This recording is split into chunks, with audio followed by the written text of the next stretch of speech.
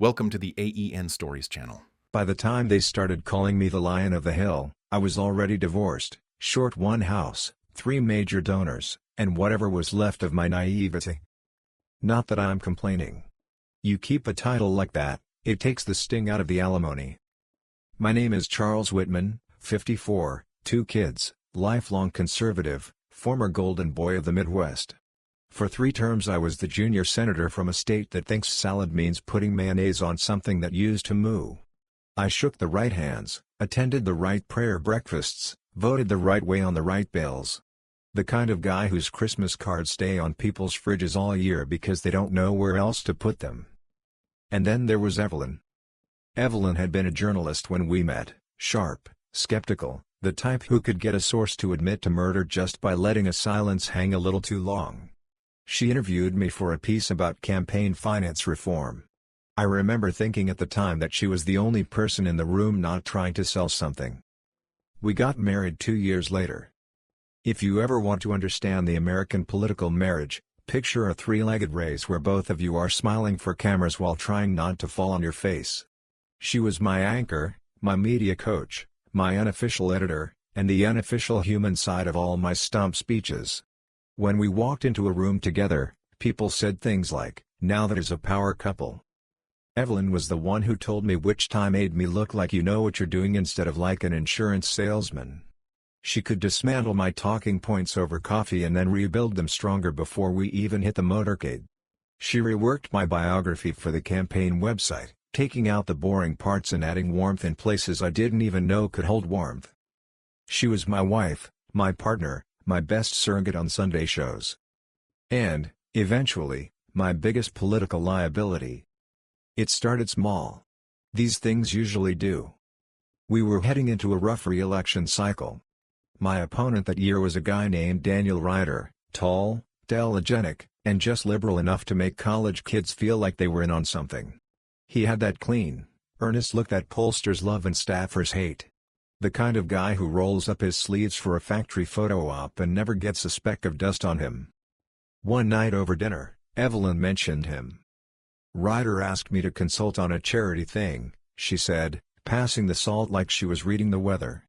"Bipartisan initiative, children's literacy. His wife is pushing it. They want a conservative perspective on messaging so it doesn't look too partisan." I didn't love the sound of that, but politics is full of awkward overlaps. We all attend the same fundraisers, sit on the same boards, pretend we don't hear each other's donors bragging. "What kind of consulting?" I asked. "Media angles. Narrative. The usual." She smiled. "Relax, Charles. It's just a project. Besides, if it helps kids read, you can't exactly get mad at that, can you?" No, I couldn't. Not in theory, anyway. The first project meeting was lunch. Then a follow-up dinner. Then a weekend retreat brainstorming with potential donors. It felt like every time I walked into our kitchen, Evelyn was either leaving with her laptop bag or just coming back with a polite little, "It went really well." I told myself not to be old-fashioned, not to be territorial. This is how things work, I thought. Bipartisanship. Networking. The modern political marriage. Still, there was this little knot in my stomach every time she mentioned Ryder's name. Not jealousy, at least not the romantic kind. It was more like watching your star player run practice drills with the other team. Then came the photos. I remember the morning they hit the press because my communications director walked into my office looking like someone had shot his dog and then tweeted it. "We have a situation," he said, dropping a stack of printouts on my desk. There they were, Evelyn and Ryder at a downtown restaurant I recognized as the kind that doesn't put prices on the menu. They were sitting close enough that the candlelight between them looked like it was trying to get out of the way. In one shot, she had her hand on his arm, her head tilted in that way she always reserved for making a source feel like the only person in the world. The captions were merciful, at first, "Late-night strategy session? Bipartisan bonding?" But the implication was right there, in the angle, the lighting, the 1,000-yard lens. I stared at the images for a long time, longer than I'd care to admit. "It's just paparazzi," I finally said. "They can make anyone look guilty if they try hard enough. My comms guy didn't say anything. He didn't have to. When I confronted Evelyn about it that night, she was standing at the kitchen island in one of my old campaign t-shirts, hair pulled back, a glass of red wine in her hand. Really? I held up the photos on my phone. We're doing candlelight now? She barely glanced at the screen. Oh, for God's sake, Charles, she said, exasperated. It was a donor dinner. We were talking about book drives, not booking hotel rooms.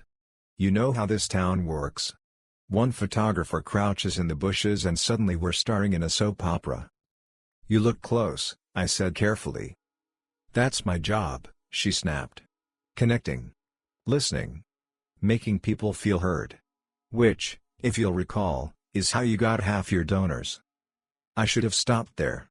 I should have taken a breath, had another conversation when we were both calmer. Instead, I made the classic political mistake, I pushed. People are talking, Evie. She set her glass down a little too hard, the wine sloshing near the rim. People are always talking. If it wasn't this, it would be the way I smile at the camera, or the dress I wore, or the fact that your son has an earring now. We cannot live our lives based on what some bored blogger writes between conspiracy theories and cat videos. It's not just bloggers, I said. It's papers. It's cable news. For a second, something shifted in her expression, something like panic. Then it hardened into something else. Then you'd better make sure they don't start asking about your donors, she said quietly. I blanked. Excuse me? She walked around the island, stood right in front of me. She didn't raise her voice. Evelyn never needed volume to cut someone to size.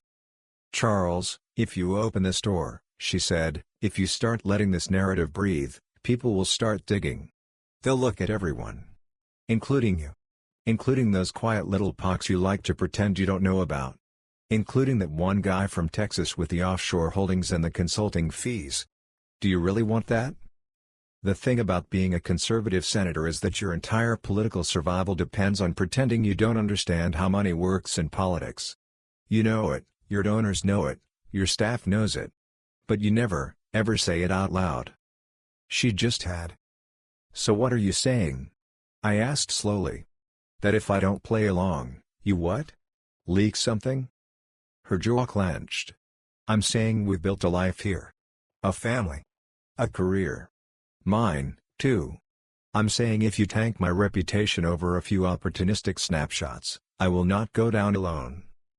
There it was, clear as a subpoena, a threat. Not an idle, emotional, late-night marital blow-up. This was targeted, calculated, done in daylight over granite countertops. If you open your mouth, she said, I'll open mine. And we both know I'm better at that game. I'd stood in front of hostile town halls, Senate committees, Sunday show panels. I'd been yelled at by union leaders, screamed at by activists, and once called a sentient haircut by a late-night host. None of it felt like this. None of it landed the way her words did, like she'd reached into my chest and given my heart a little twist just to prove she could. The next few weeks were a blur, and not in the fun, rockstar way political memoirs like to pretend. My approval ratings dipped. Colleagues started giving me that sideways look in the cloakroom, the one that says, I read the headlines but I'm going to pretend I didn't unless your numbers tank. Staffers walked a little faster in the hallways. A couple of donors asked for clarification that sounded a lot like phishing. News shows ran split screens, my old campaign ads, me in rolled-up sleeves, shaking hands at a county fair, on one side, a grainy shot of Evelyn and Ryder laughing over dinner on the other. And me? I just got smaller. I stopped looking people in the eye. I half apologized for things I hadn't done and half denied things I couldn't prove. I went to work, gave speeches, made votes, all with this constant, dull roar in the back of my head, is this it? Is this where it ends? It wasn't just the humiliation. It was the loneliness of it. You can be surrounded by staff, constituents, TV lights, and still feel like you're standing on the 50-yard line of an empty stadium, talking to no one. Even my kids were careful around me. Our daughter, Lisa, texted instead of calling. Our son, Michael, retreated into his headphones and college exams. I didn't blame them. If I'd been their age, I wouldn't have known what to say to me either. One night, I was standing in the shower, water hitting my shoulders like it was trying to pound some sense back into them, when a thought surfaced, clear and simple. You've stood in front of worse. It wasn't true, of course. Nothing is worse than watching your personal life trend on social media. But my brain decided to rewrite my own history in my favor, and for once, I let it. You've stood in front of a worse, the thought repeated. Angry crowds. Editorial boards that hated you on principle. A debate stage with your mic malfunctioning. You survived those. You're going to let one woman, and one rival, break you? I laughed. Out loud. In the shower. It sounded slightly hysterical, but it was a laugh. Maybe that was the moment I woke up the lion, as the profiles later put it. Personally, I think that's a bit dramatic. It wasn't a lion. It was more like a very tired golden retriever finally realizing the mailman has been kicking him for years. Either way, something shifted. I went into the office the next day, still tired, still hurt, but with a new layer of not anger, exactly. More like stubbornness. In our world, the Senate is full of two types of people, those who break when the pressure comes, and those who calcify. I'd always thought of myself as a compromiser, a bridge builder. That morning, I felt something closer to stone. I want everything we have on Riders Charity, I told my chief of staff, a guy named Aaron who'd been with me since my first failed attempt at Congress. Public filings, donor lists, 990s, board members, shell corporations that rent P.O. boxes in Delaware, everything. He hesitated. We digging for Oppo now? We digging for truth, I said. If his people want to play in my backyard, I want to know whose name is on the lease. Aaron raised an eyebrow. And Evelyn? I swallowed. Leave her out of this. For now. He didn't say for now, but I heard it anyway. We live in a town where information is oxygen. My staff could find out your preschool teacher's maiden name in an afternoon. Within a week, Aaron had a fat folder on my desk. This is the basics, he said, tapping it. His literacy foundation. Started 2 years ago. On paper, it's squeaky clean. But. There's always a but, I said. He smiled faintly. But the foundation's biggest single recipient is a newer entity that isn't technically his. Guess whose? I didn't need to ask. Evelyn's? I said anyway, just to make it real. Her foundation, he corrected gently. Evelyn Whitman Literacy Initiative. Started last year. She positioned it as a nonpartisan vehicle for childhood education. Smart branding. It's gotten a handful of small donations from both sides of the aisle. But in the last 6 months, Riders Group has funneled a lot. He slid a spreadsheet toward me. Now, I'm not a numbers guy. I can look at an appropriations bill and fall asleep faster than if you hit me with a tranquilizer dart. But even I could recognize that this was serious money. Not we bought some books money. We might be trying to buy influence money. You sure about this? I asked, my throat dry. These are public records, Aaron said. Layered, sure. But public. The transfers are there. His foundation to hers. Over and over. Now, let me be clear, having your wife run a charity is not illegal. Having another politician donate to it is not illegal, either, if it's disclosed. The problem is when those donations come with expectations, and when the whole arrangement smells worse than a barn in July. A conservative senator's wife getting a steady pipeline of cash from her husband's liberal opponent? That's not just a problem. That's a campaign ad waiting to happen. That's why she was so confident, I said slowly. She thought she had leverage over me. But all the leverage goes both ways. Sir? Aaron asked carefully. I looked up at him, realizing I had reached a fork in the road. Option A, confront Evelyn, demand answers, try to fix this quietly, maybe patch up her marriage, or at least the stage set of it. Option B, do nothing, stay cowed, hope the story dies and nobody looks too closely at anything, including my donors.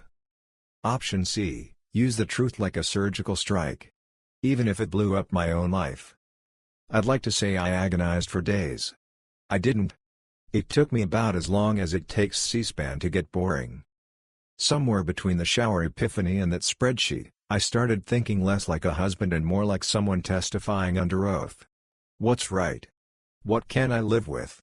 What can I look my kids in the eye and defend? Find me a reporter, I said. Aaron blinked. Which one? Someone not already in anyone's pocket. Someone who still gets excited about bylines and subpoenas. He grinned, just a little. I might know a guy. Here's the part people always ask me about at book signings: wasn't it hard, going after your own wife? Yes. It was. It still is, if I think about it too long. There's no version of this where I come out looking like a saint. I handed over documents that implicated both my opponent and my spouse. That's not exactly the stuff of greeting cards. But here's what they never show in the movies: there's a difference between betraying someone and refusing to keep their secrets. I wasn't the one who arranged those transfers. I wasn't the one who turned our marriage into a chessboard. I was just the one who finally stopped pretending not to see it. We met the journalist in a quiet coffee shop 3 blocks from the Capitol. I wore a baseball cap and sunglasses like some kind of low-rent spy who'd watched too many Netflix shows. Aaron thought this was hilarious and took a photo when I wasn't looking. That photo still surfaces in group chats whenever my staff want to remind me not to take myself too seriously. The reporter was younger than I'd expected, with a notepad, an old-school tape recorder, and that slightly wired expression of someone who sleeps next to their phone. We'd chosen him because he'd burned both parties fairly and thoroughly in the past. If he had a bias, it was against hypocrisy. "I can't be seen handing you this," I said, sliding the manila envelope across the table like it contained state secrets instead of publicly available tax filings with very suggestive highlights. "You know this could end you too, right?" he asked. "If this blows back?" "It might," I said. "But it's the truth. Do what you do." He looked at me for a full 5 seconds, like he was trying to decide if I was suddenly very brave or very suicidal. "On the record?" he asked. I shook my head. "The documents. Not me. Not yet." He nodded, tucked the envelope into his bag, and left without another word.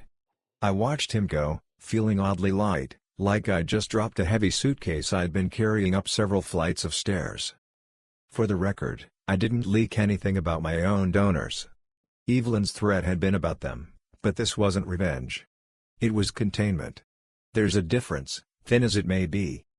The story hit 2 weeks later. Front page. Above the fold. Big headline. I won't quote it directly, that's still a sore subject with my lawyers, but the gist was this: rising liberal stars charity sends major funds to rival senator's wife's nonprofit, conflict of interest or pay for play? The details were ruthless and precise: dates, amounts, overlapping board members, quotes from ethics experts using phrases like deeply troubling and unprecedented. They treated Evelyn kindly, at first. Former journalist caught in political crossfire. Well-respected advocate for literacy. But the photos they used were the same ones that had haunted my own news cycle: her laughing with Ryder, him leaning in, that candle burning morally in the middle. Cable news pounced. Some networks framed it as proof that the system was rotten in general. Others spun it as evidence that Ryder, the clean candidate, wasn't so clean after all. A few even tried to paint me as the villain, which honestly felt comforting. Villain is at least a role. Evelyn called me the morning after the story broke. "This was you," she said. Not a question. I was in my office, blinds half drawn, the Capitol dome staring at me like a judgmental snow globe. "It was the truth," I said. "That's not what I asked." "But it kind of was, wasn't it?" There was a long silence. "You're going to burn everything down," she said finally. "For what? Some righteous moment on the Senate floor? One more campaign ad of you standing alone in the light?" "I'm trying," I said, choosing my words carefully, "to live in a way our kids won't be ashamed of when they're older." "They're going to be ashamed that their father publicly humiliated their mother," she shot back. I closed my eyes. "Evie, you set this up. You took the money. You used my name, my office, my platform. You put us here. You could have walked away," she said. You could have let it die. Could you? I asked softly. She didn't answer. The line clicked dead. I'd like to tell you I was stoic, that I stood there staring nobly into the middle distance, ready to face the consequences. In reality, I sat down at my desk, put my head in my hands, and seriously considered faking a sudden interest in farming equipment and retiring to a ranch. Instead, I went to work. The fallout was swift and, in political time, almost beautiful in its efficiency. Ryder's numbers cratered. His whole campaign had been built on this image of being the clean alternative, the unbought, unbossed new politics. Turns out voters don't love it when that guy is caught sending six-figure donations to the spouse of his opponent. His press conferences went from hope and change to full damage control overnight. Evelyn's foundation buckled, too. Corporate sponsors quietly pulled out. Board members resigned to spend more time with their families. Her inbox, once a steady stream of invitations and praise, turned into a mix of reporters' questions and messages with subject lines like "concerned parent here." In one particularly surreal moment, a conservative ethics watchdog group that had spent years trying to ruin my career held a press conference calling the whole situation a rare and refreshing example of a senator holding his own circle accountable. I watched that one on mute, sitting in my kitchen, eating a bowl of cereal straight from the box because I couldn't find any clean bowls. Politics is nothing if not irony in a suit. As for me, well, the interesting thing about blowing up your own life is that once the dust settles, people start to see you differently. Some of my colleagues avoided me more than ever. Nobody likes a wild card in a place built on unspoken deals. But others, a surprising number, pulled me aside in hallways, on elevators, during late-night votes.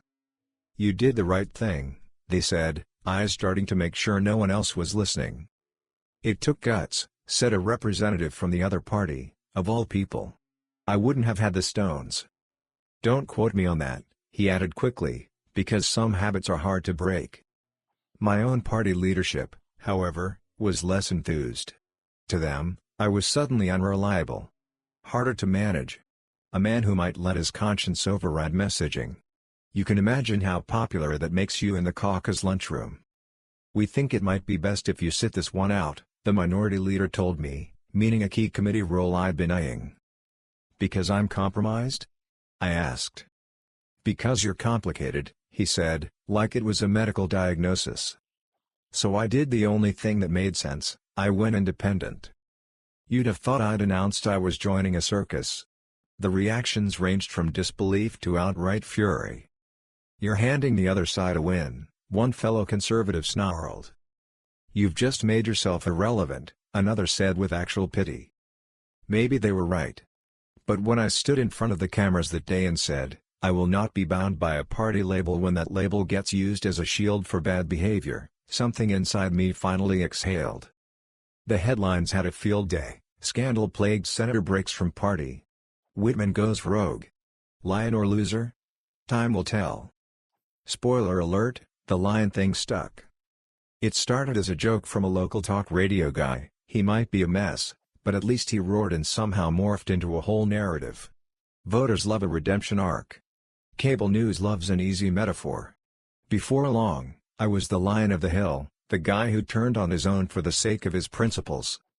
I don't recommend a marital meltdown as a branding strategy, but I will say this, my town halls got a lot more interesting. People who'd never voted for me before showed up. "I don't agree with half your policies," one woman told me in a grocery store parking lot, "but at least you're not pretending anymore. That counts for something." Evelyn and I divorced quietly, or as quietly as two public figures can. The official statement talked about amicable separation and mutual respect. The unofficial reality was messier, like all endings. We divided assets, negotiated holidays with the kids, and learned to be polite strangers at mutual friends' events. Do I miss her? Sometimes. You don't build a life with someone and walk away whistling. There are days when I catch a clip of an old interview we did together and think, who were those people? And how did they believe it would all be that simple? But then I remember the kitchen threat, the candlelit photos, the bank transfers. I remember the moment she chose leverage over loyalty. And I remember that shower, and the decision to stop being afraid of my own story. American political life likes to pretend it runs on ideals, freedom, democracy, the rule of law. In reality, it runs on something much less poetic: fear. Fear of losing elections, donors, status, control. Fear of being the headline instead of the quote. I spent most of my career afraid of saying the wrong thing, voting the wrong way, angering the wrong billionaire. It took a scandal involving my own wife and opponent to finally burn that out of me. These days, I still walk the marble halls, still sit in hearings, still argue about budget line items that sound like made-up words. But I do it with a different posture. Less hunched. Less apologetic. More myself. I vote with conservatives more often than not. It's still what I believe. But when my old party tries to sell me on something that smells like the kind of deal that nearly wrecked my life, I have a simple answer. No. I've already been burned once. I'm fresh out of matches.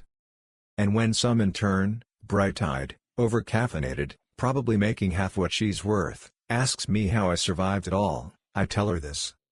You stand in front of the fire, and you don't lie about where it's coming from. You don't pretend the sparks are confetti. You don't call smoke a messaging issue. You point to the flames and say, "That's bad." And then, if you're lucky, people realize they're allowed to say it too. Is that heroic? I doubt it. Half the time it feels like I'm just an old guy with creaky knees, limping through the world's most overfunded high school student council. But sometimes, when I walk onto the Senate floor and the staffers call me Senator Whitman with that little extra weight in their tone, I remember the man I was at the start of all this, afraid, careful, trying to keep every plate spinning. And I think of Evelyn, sitting across from me over candlelight, telling me without words that she'd already shifted teams. I think of the day I slid that envelope across the table and decided that if everything was going to burn, I'd rather be the arsonist of my own cowardice than the victim of someone else's ambition.